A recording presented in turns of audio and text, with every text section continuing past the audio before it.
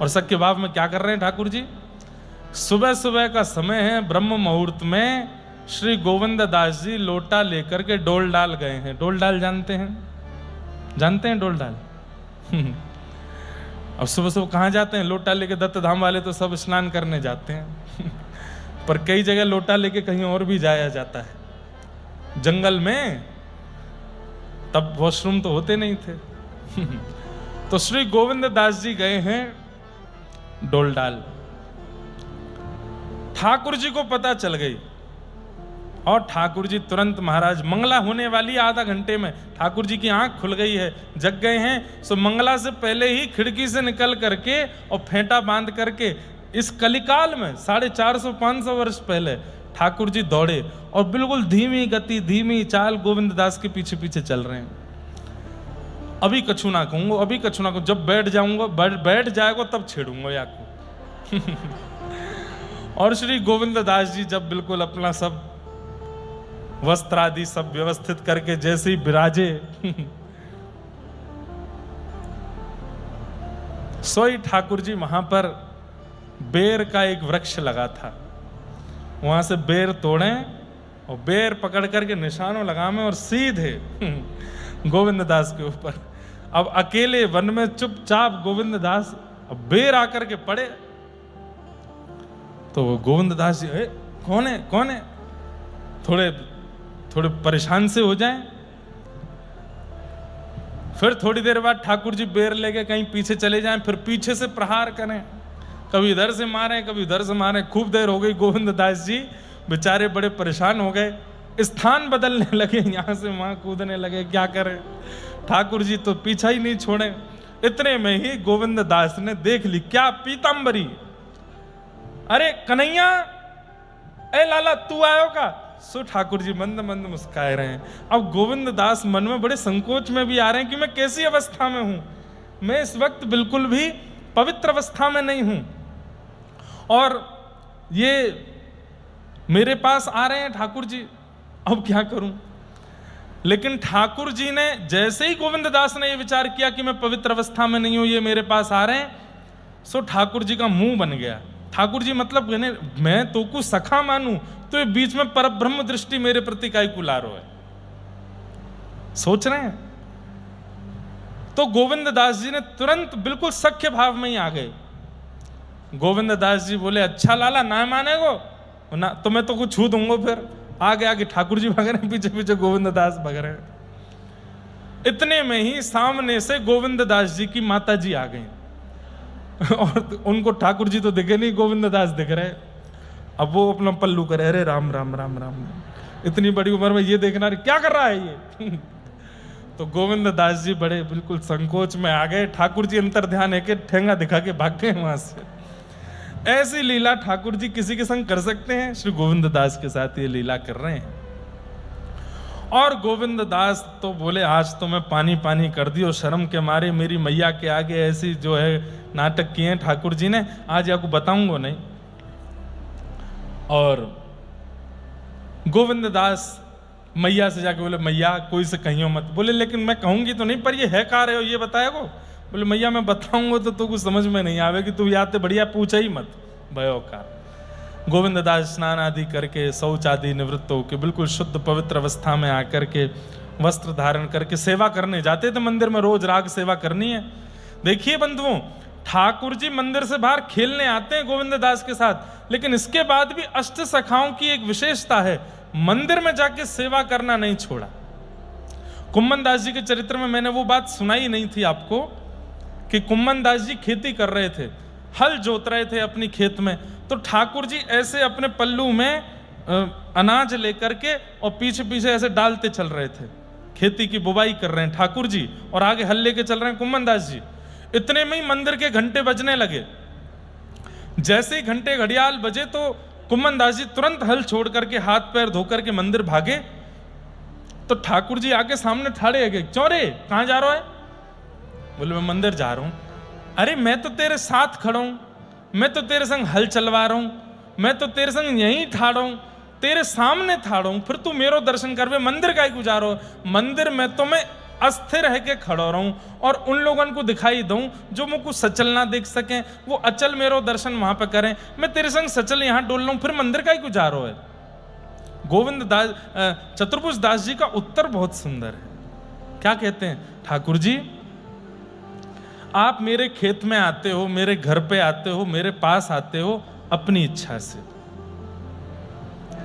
कल को यदि मुझसे कोई अपराध हो गया तो आप आना बंद कर दोगे, लेकिन मंदिर में आप विराजमान हुए हो मेरी गुरुदेव की इच्छा से, आचार्य की इच्छा से, और चाहे जो हो जाए मेरे घर आना बंद कर दोगे, पर मंदिर से तो आप कहीं नहीं जाओगे ना, वहां तो आप सदा मिलोगे। आज यदि मेरी भक्ति कम हो जाए और आप मेरे पास आना बंद कर दो तो भी मुझे रोना नहीं पड़ेगा आपको ढूंढने के लिए। मुझे पता है कि आप मंदिर में बैठे हो, वहां से आप नहीं जाओगे। मुझे अपनी भाव पर विश्वास नहीं है, मेरे भाव से तो आप दूर भी हो सकते हो, पर मेरे आचार्य के भाव से आप मंदिर में प्रतिष्ठित हो, वहां से कहीं नहीं जाओगे। इसलिए मैं उस स्थान जाना क्यों बंद करूं जहां मुझे सर्वदा आपका दर्शन होना है, मैं तो वहां जाऊंगा। ठाकुर जी संग खड़े तो भी वो मंदिर गए और मंदिर जाकर के ठाकुर जी का मधुर दर्शन किया। तो अष्ट सखाओं के प्रति एक विशेष बात यह है कि आपने प्रेम में आकर के ठाकुर जी की इतनी मधुर अंतरंग लीलाओं का अनुभव करके भी मंदिर जाना नहीं छोड़ा, मंदिर जाते हैं और मंदिर की जो सेवा है वो करते हैं। गोविंद दास नहा धो करके तैयार आदि होकर के आए, श्रृंगार चल रहा था श्रीनाथ जी का। गोविंद दास आकर के श्रृंगार का पद गाने लगे। अब पद वाली किताब तो वो ले गयो बालक, उसमें पद लिखे, कोई बात नहीं, आएंगे तो सुनाएंगे। पद गा रहे थे, ठाकुर जी का श्रृंगार चल रहा है। आहा, अब ठाकुर जी श्रृंगार कराते कराते, अब देखिए बाकी सब लोगों को श्रृंगार का दर्शन नहीं होता, करते समय श्रृंगार दर्शन नहीं कराना चाहिए सबको, क्योंकि ठाकुर जी को असहज लगता है। इसलिए जब ठाकुर जी का श्रृंगार चल रहा हो कपाट बंद रखने चाहिए। घर के ठाकुर जी हैं तो भी बाकी सदस्यों को चाहिए कि उस समय वहां प्रवेश ना करें। भाई श्रृंगार के समय पर वही भीतर आवे जिससे ठाकुर जी असहज नहीं होते। तो जिनको पुजारी जी ने चुना है, महंत जी ने चुना है, महाराज जी ने चुना है, वही भीतर जामे, बाकी सब लोग नहीं आओ। श्रृंगार एक ऐसी स्थिति है कि उसमें हम मानव लोग भी कई बार माताएं श्रृंगार कराती हैं, तो श्रृंगार गृह में सबको प्रवेश नहीं करने देती। और तुम बाहर जाओ और माते हैं तैयार होके, तैयार हो जाएं तब देखना हमको, उससे पहले का क्या हो रहा है वो मत देखो। ठाकुर जी को भी उसमें असहजता लगती है। और कई बार क्या होता है बंधुओं की, जो श्रृंगारी होता है ना, उसके हाथों से सेवा कर करके करा के ठाकुर जी इतने सरल हो जाते हैं कि कई बार कपाट लगने पर उसके आगे ठाकुर जी हाथ भी सीधे कर लेते हैं, बोलने भी लगते हैं, बैठ भी जाते हैं। सबके सामने ऐसी लीला नहीं होती। कभी कभी अनुभव होता है ठाकुर जी का कि वो सरल हो गए हमारे लिए, श्रृंगार जिससे सेवा कराते हैं उसके लिए। इसलिए श्रृंगार के समय प्रवेश नहीं करना चाहिए और ना देखना चाहिए। लेकिन गोविंद दास जी से तो ठाकुर जी बड़े सहज थे, तो उनको अनुमति थी कि वो पर्दे के अंदर बैठ करके ही पद गाते थे। तो पर्दे के अंदर बैठ करके पद गा रहे थे और ठाकुर जी के गोविंद दास जी संकोच में है। बहुत ध्यान से इधर देखो, ये लीला थोड़ी सी अनुभव करने की है। गोविंद दास जी सुबह की लीला से थोड़े सकुचाए हुए से हैं। आज ठाकुर जी ने ऐसी स्थिति में मुझको देख लिया और जाने क्या क्या करके गए, तो आके प्रणाम किया। तो एक बार जैसे ही नजर उठा के ठाकुर जी को देखा तो ठाकुर जी व्यंग में हंस रहे थे, हमने तो आज सब देखा। तो गोविंद दास जी इतने संकोच में और पद गाने लगे। गुसाई जी बोले क्या बात चल रही है दोनों में? कुछ नहीं जय जय, पद यूं कह रहे वो बार पद सुनाओ। ठाकुर जी मौन होके खड़े हैं और गुसाई जी श्रृंगार कर रहे हैं, मुकुट धरा रहे हैं आदि।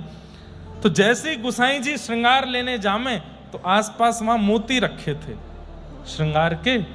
गोविंद दास नीचे नजर करके गा रहे हैं, देख ही नहीं रहे ठाकुर जी के, संकोच आ रहा है, शर्म लग रही है। तो ठाकुर जी मोती उठामे और जोर से मारे, और वहीं मार रहे हैं जहां सुबह वो बेर मारे थे। तो गोविंद दास जी को जैसे लगे ठाकुर जी बोले हमारी तरफ देख के गाओ।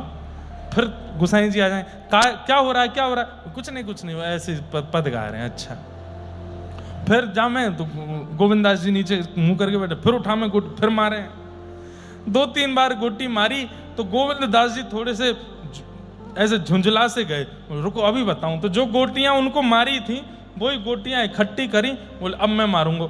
अब गोविंददास जी को ये याद नहीं रहा, इन्होंने जैसी गोटी मारी उसी समय गोसाई जी पलट के देखने लगे और इन्होंने ऐसे करके गोटी मारी थी और वो ठाकुर जी के हस्तकमल पे आके पड़ी। गोसाई जी को इतना गुस्सा, और ठाकुर जी देखो मारो मुझे, इतना उद्यमी है, तुमने इतना मूड पे चढ़ा रखो है याकू, देखो कितना उद्यमी है, को भगवान को मार रहो है रे, नंद के लाला को मार रहो, इतना तुमको नंदरानी ने भी अधिकार नहीं दियो मारवे को और तुम मार रहो, देखो गोसाई जी तुम्हारे राज में कहा चल रहो। गोसाई जी कहे गोविंददास तू तो बहुत बेकार आदमी है, ठाकुर जी पे तू श्रम करावे, गोटी मारे ठाकुर जी। बोले 100 झूठे मरे होंगे तब ये लाला भयो तुम्हारो। बोले इतना उद्यमी है या कि उधमन को कहा बताऊं मैं। हाँ तो गोविंददास जी बोले तुम्हारो ये छोरा इतना बिगड़ गयो है, इतना झूठ बोले, या तो कछुना कहेंगे हमें समझा रहे हैं, इतना उधम मचावे। सो गोविंददास जी बोले आप बता दो। गोसाई जी बोले क्या कहा उधम क्यों लाला ने, बताओ। ठाकुर जी बोले सुबह 12 बता, सुबह 12। तो गोविंददास बोले नहीं जय जय, वो छोड़ो, ऊधम की तो कोई बात नहीं है, लेकिन बस कृपा है लाला ऐसे ही रीझे रहे हमसे, इनकी ये कृपा हम पर बनी रहे। रोज दोपहर में ठाकुर जी केवल गैया चराने और खेलने ही नहीं जाते, गैया चराने जाते हैं, खेलने जाते हैं। ये अनुभव तो गोविंददास को कई बार करा दिए थे, लेकिन आज गोविंददास को एक अलग अनुभव कराना था। क्या? दोपहर के समय ठाकुर जी श्री किशोरी जी के साथ रास करने भी मिलने भी जाते हैं श्री जी से। तो अब चलेंगे, आज तैरेंगे सुरभि कुंड में, ना माँ ना जानो, तो चलो खिरक में चलो, माँ खेलेंगे, ना माऊ ना जानो।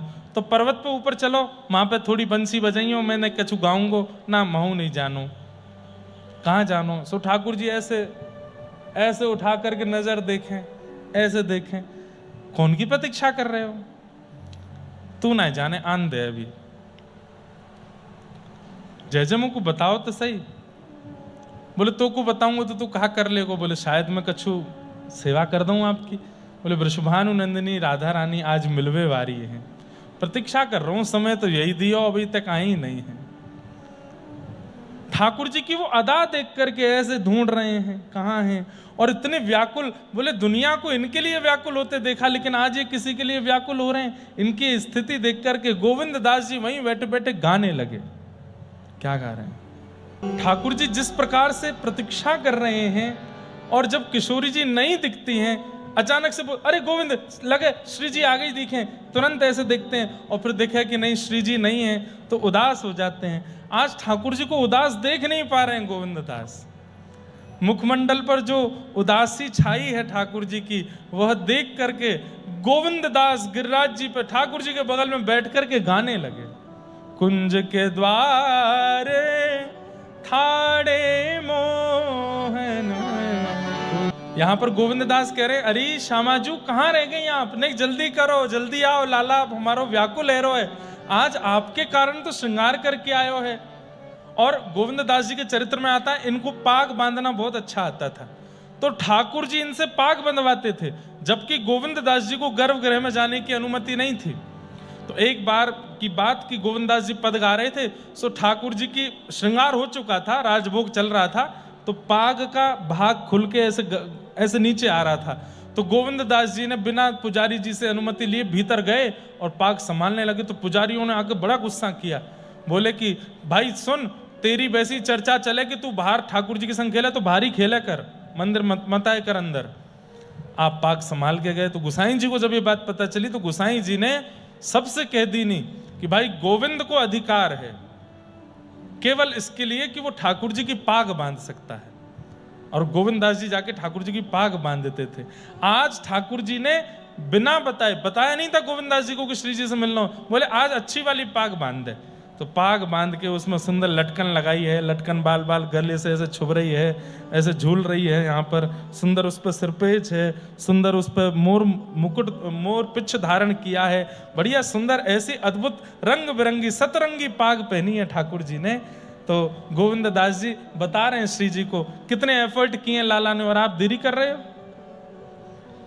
तेरे हित रची पेच सजे हैं, तेरे हित रची पेच सजे हैं। कभी किसी की प्रियतमा रूठ जाए तो प्रियतम के सखा उसको जाके बताते हैं, अरे वो तो तुम्हारे बारे में ऐसे बोलता है, तुम्हारी इतनी प्रशंसा करता है, तुमको याद करता है, तुम ऐसे कर रही हो।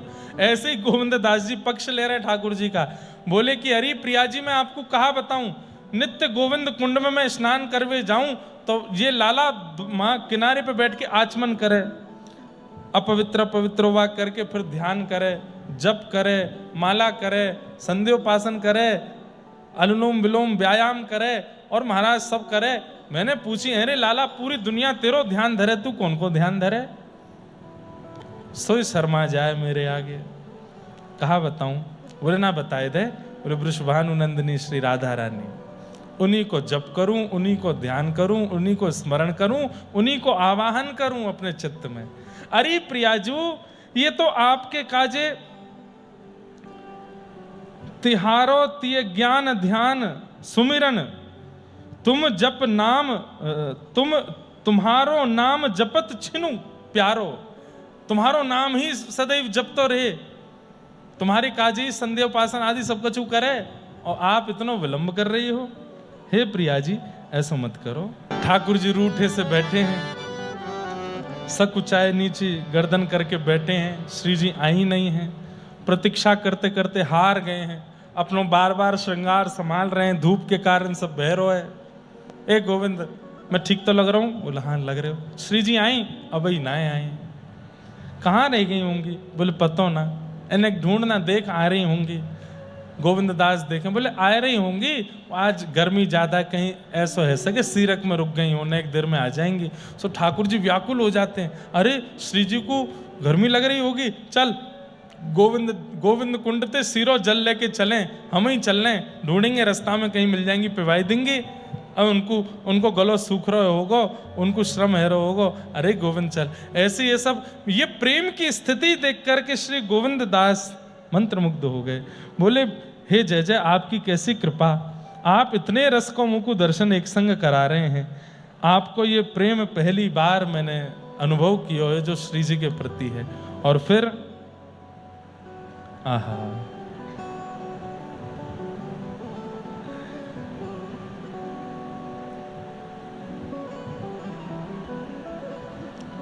इतने में ही श्री किशोरी जी आती हुई दिख गई, और जैसे ही किशोरी जी पधारी हैं, गोविंद दास ने जाकर के खबर दी है, जय जय कोई आ तो रहो है।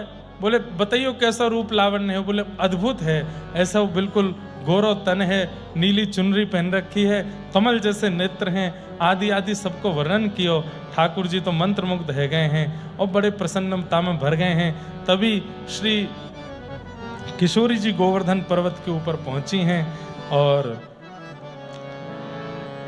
गोविंद दास श्री प्रिया प्रियतम के मधुर मिलन को दर्शन करके वारी वारी जा रहे हो, बार बार बस ऐसे ही देखत रहूं तुम्हें जन्म सफल कर मानूं। एक दूसरे को अंक में भर के श्री प्रिया प्रियतम मधुर दर्शन अपनों कर रहे हैं, करा रहे हैं गोविंद दास को।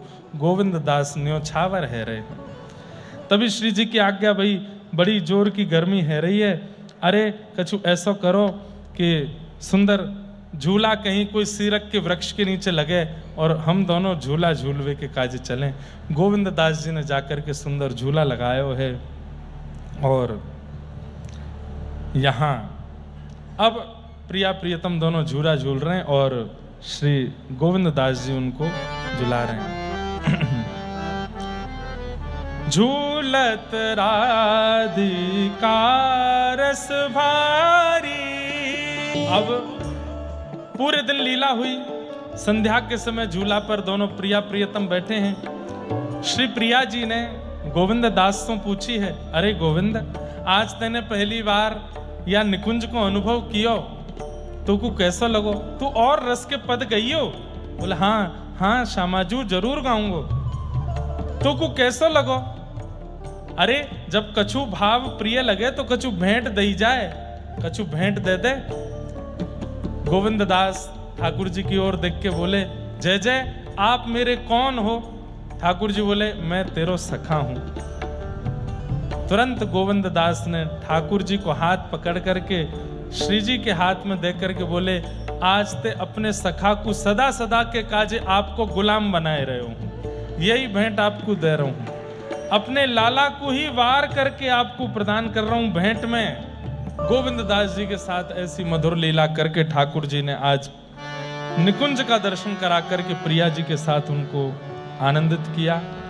आपका भी एक बार तानसेन जी के साथ में मिलन हुआ था। तानसेन एक बार फिर गोसाई जी ने बुलाए, तानसेन आए, आकर के गिरिराज जी की मधुर सेवा कर रहे थे। तो आज गायन जब किया तो तानसेन जी को उस जमाने में 500 वर्ष पहले सोने की एक फूटी कौड़ी, एक मतलब सोने का सिक्का, उसको टूटे हुए का आधा कटा हुआ सा कौड़ी के समान, और उसको सुंदर मलमल के वस्त्र में, मखमली वस्त्र में लपेट के दिया। तानसेन जी ने कहा, भगवान आपने सोने का ये एक फूटा सा एक अंग दिया है और उसको ऐसे सुंदर वस्त्र में लपेट के दिया कि लगे भीतर तो बहुत बहुमूल्य वस्तु होगी, पर भीतर तो फूटा फूटा कौड़ी जैसा सोना है। तब गोसाई जी ने कहा कि आपका जो संगीत है ना, आपका जो गायन है वो ऐसा ही है, बाहर से तो सुंदर है, जैसे मखमली वस्त्र है, मलमल का वस्त्र है, लेकिन भीतर से कौड़ी के समान है, उसकी कोई योग्यता नहीं है, क्योंकि उसमें मनोरंजन का भाव ज्यादा है, हरिरंजन का कम है। हरिरंजन का भाव कैसा होना चाहिए? गोविंददास पद सुनाओ। तो गोविंददास जी ने पद गा करके सुनाया और श्री तानसेन जी के मन को आनंद हुआ।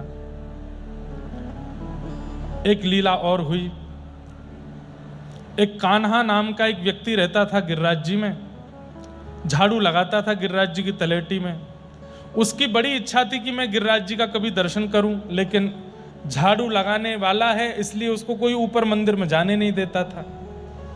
लेकिन उसकी बड़ी निष्ठा थी गिरिराज जी के मधुर दर्शन में। वो दर्शन करके आने वाले लोगों से पूछता था, कैसा है स्वरूप? ऐसा रूप है, ऐसा श्रृंगार है, ऐसा मुकुट है, ऐसे कुंडल हैं। सबका वर्णन सुनकर के प्रसन्न होता था।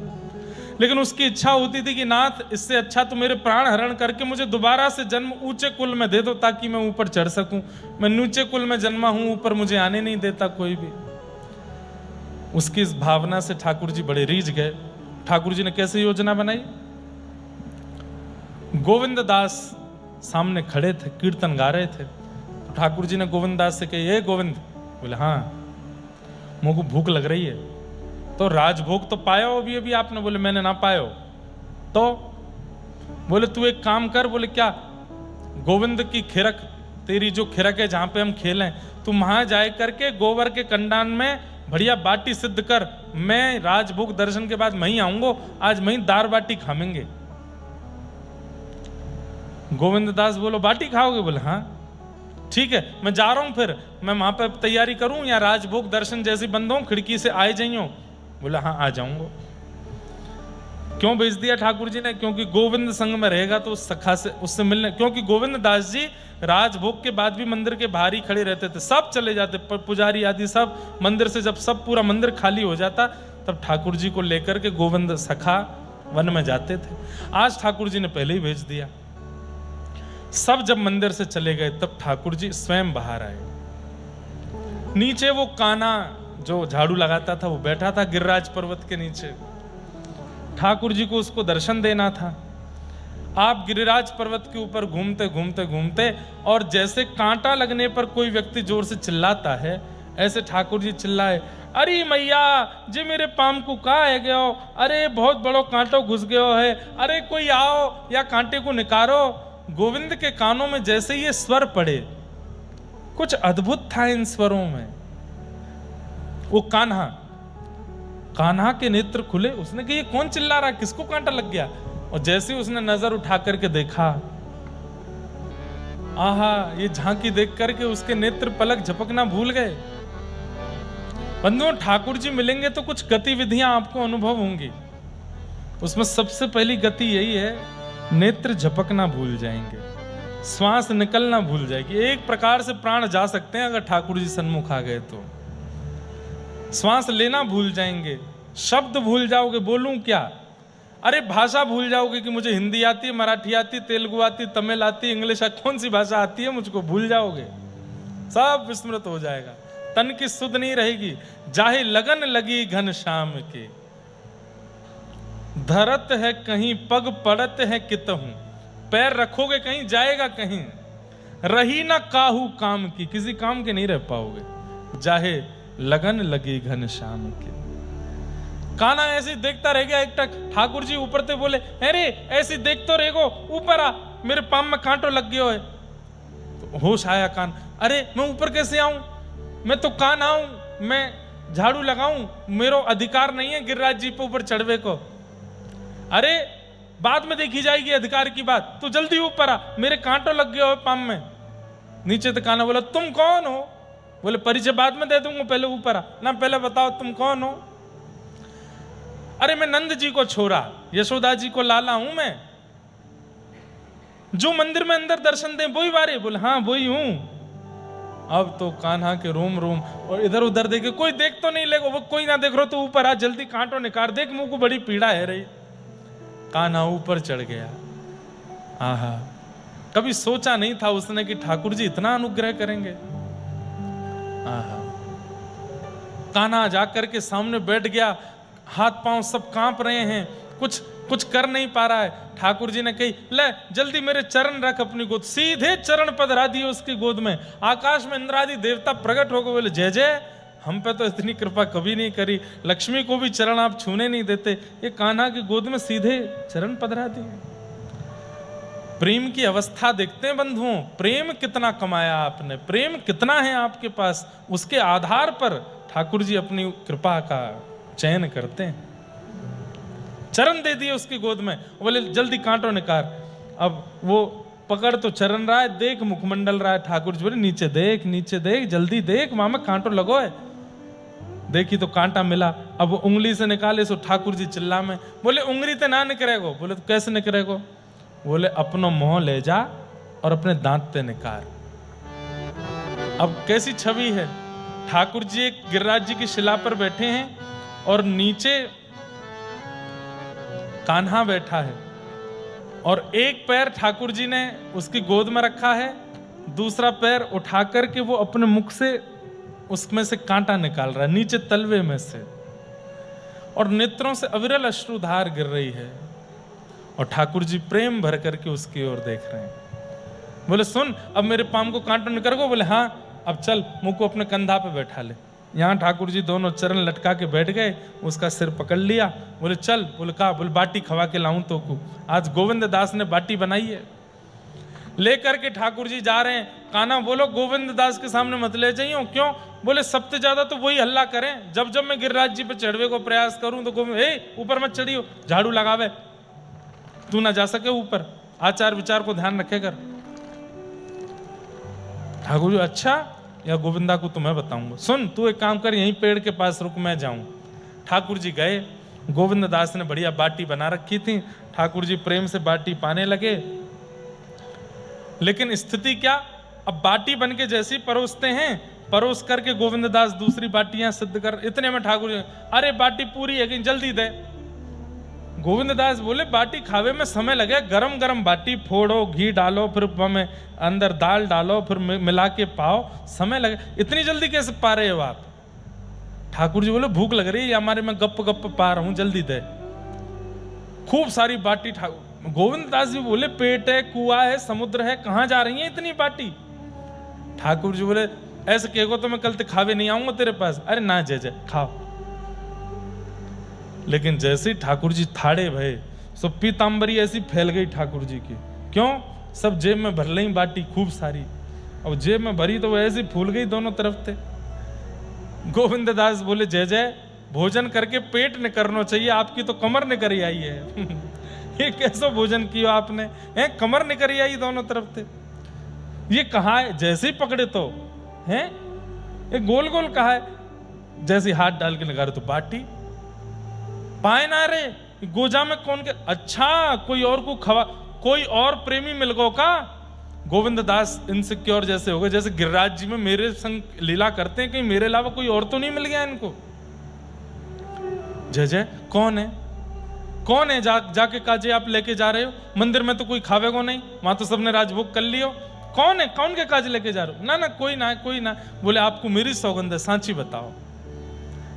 ठाकुर जी बोले एक मेरो भगत है। बोले या को मतलब मेरे अलावा भी कोई पे कृपा कर रहे हो। बोले अरे मैं जय जय हूं, वो तो सबन पे करनी पड़े, प्रेम देखना पड़े सबन को, कौन है दिखाते दो। तो ठाकुर जी ने दिखाई, देख वो पेड़ के पीछे खड़ो, जैसे ही देखो कान्हा, अरे ये तो झाड़ू लगावे। बोले हाँ मुँह तो बहुत प्रेम करे, अब मैं थोड़ी देखूं झाड़ू लगावे वारो है कि राजा है, रंग है, फकीर है, सब मेरे हैं। आपने यहाँ को स्पर्श तो ना कियो। ठाकुर जी ऐसे स्पर्श इतनो ना कियो मतलब थोड़ा सो कियो। एक काना यहाँ पे आ, ठाकुर जी की तुम मत बोलियो, यही तो पूछूंगा मैं। चौरे लाल जी ने तेरो स्पर्श कियो। हाँ कैसे कियो। बोले पहले तो अपने चरण धर दिए मेरी गोद में। गोविंद दास देख आपने चरण पधरा दिया कि गोद में। फिर बोले मोहते कांटो ने कार,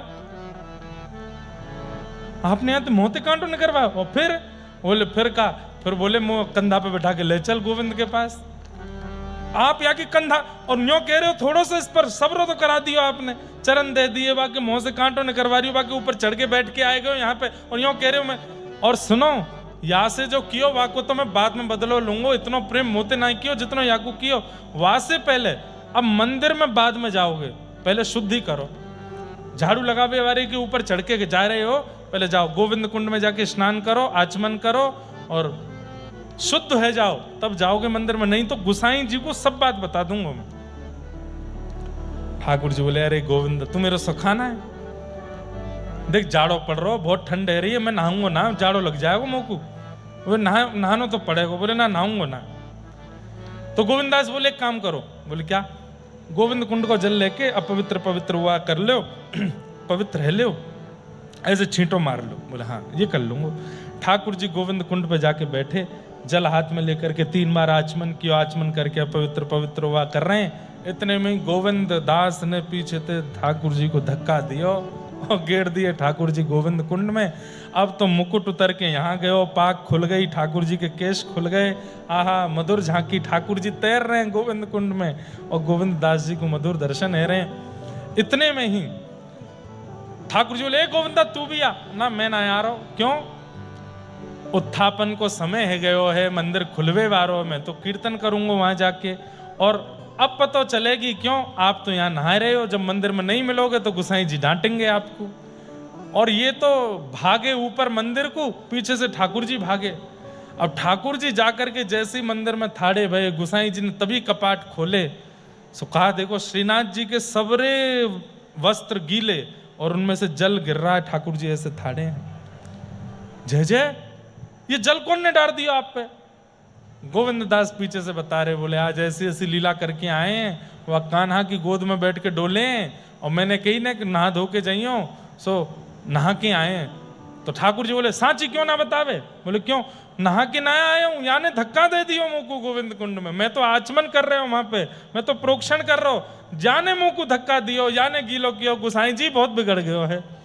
गोसाई जी बोले भैया तुम दोनों की नोक झोंक ऐसी चलती रहे, ठाकुर जी ऐसी आप कृपा बनाए रखो, या गोविंद की आप सो आपकी गोविंद सो ऐसी नोक झोंक चलती रहे और मैं बीच में सुख लेता रहूं। ऐसी ठाकुर जी की मधुर लीला श्री गोविंद दास के साथ करते थे। इस प्रकार एक दिन गोविंद दास जी शाम ढाक पर बैठे थे और ठाकुर जी ने आज्ञा करी, गोविंदा अब लीला पूरी है गई, अब तेने खूब रस गा दियो, खूब मधुर मधुर भाव या जगत को दे दिए और तेने मुंह को बड़ो सुख दियो। अब आगे बहुत भयानक समय आ रहा है, हमारो तेरो प्रेम ये संसार के लोग पचा नहीं पाएंगे, अब तो आजा। और ठाकुर जी ने गोविंद दास को आज्ञा करके और अपने सुंदर निकुंज में प्रवेश करायो है। बोलो भक्त वत्सल भगवान की जय। ऐसे ठाकुर जी की मधुर लीला गावे वाले श्री गोविंद दास, उनको हम बारंबार प्रणाम करते हैं और बारंबार उनको वंदन करते हैं।